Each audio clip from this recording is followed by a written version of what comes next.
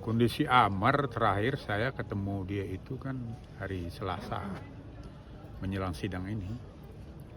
Keadaan Amar secara fisik sehat, tapi secara psikis tetap masih galau lah. Masih terus nangis atau gimana bang? Dia bang di Ya untuk menangis ya sekarang nggak lagi lah, karena kan tentu dia udah penyesuaian juga dengan keadaan di tahanan.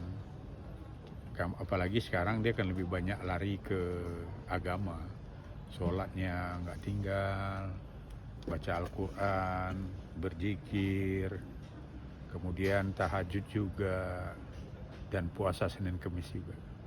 Itu galaunya gimana bang? Galau ya, satu yang dipikirkannya orang tuanya dalam keadaan sakit yang masih memprihatinkan juga.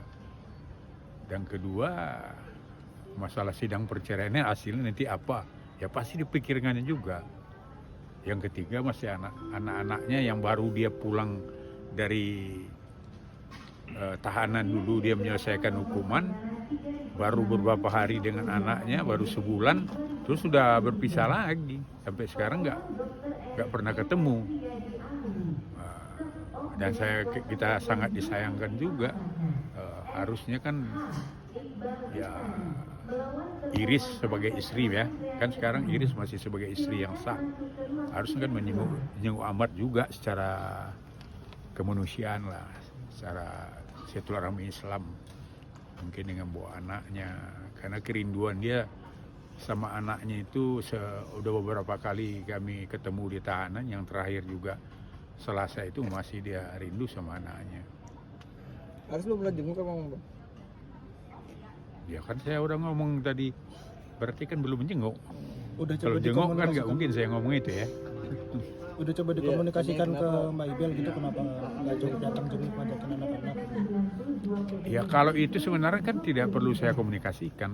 Apalagi Mbak Ibel kan agamanya udah kuat sekarang, udah hijrah, lebih paham lah dia itu. Mungkin dia bisa aja masukkan dari guru-gurunya, kan banyak guru-gurunya. Bang, ini kan Amar udah 3 kali ya, penyesalannya seperti apa bang? Yang abang ceritakan, di mana dicerita nggak sih Amar dengan abang? Kalau penyesalannya sekarang itu lebih mendalam ya daripada kejadian-kejadian yang dulu. Dulu kan pada peristiwa 2017 kan saya juga yang menangani kasus perkara pemakaian narkoba ini.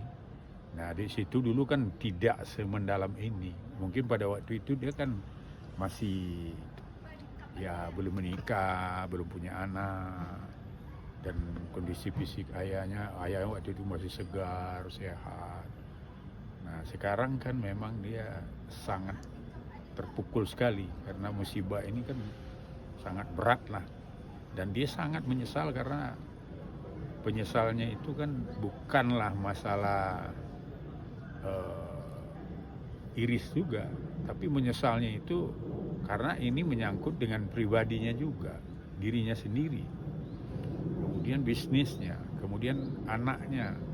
Ya bagaimanalah rindunya seorang ayah kepada anak, apalagi anaknya kecil-kecil yang sangat membutuhkan dia. Ada yang umur 2 tahun, ada yang 3 tahun atau 4 tahun ya. Jadi ini sangat membutuhkan kasih sayang dari bapaknya, harus sempurna bapaknya dengan ibunya.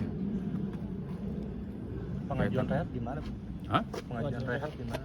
Pengajuan rehab kan lagi berproses, belum ada jawaban dikabulkan apa tidak.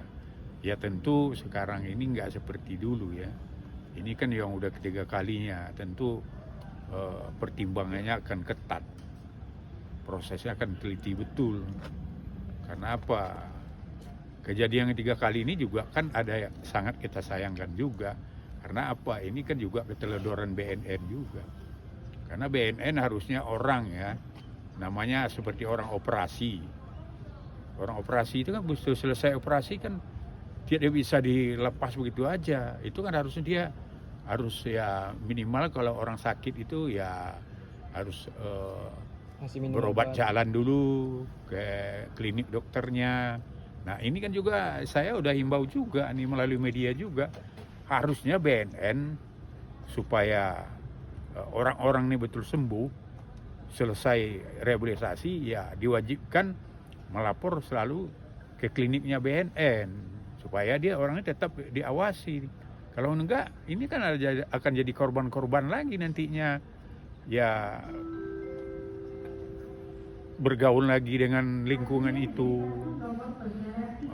Apalagi kan dalam masalah narkoba ini kan banyak cepu-cepu juga. Agen itu kan belum tentu juga. Agen itu kadang-kadang merangkap cepu juga. Dia jual ke seseorang, nanti dia juga yang melaporkan ke polisi. Kan begitu.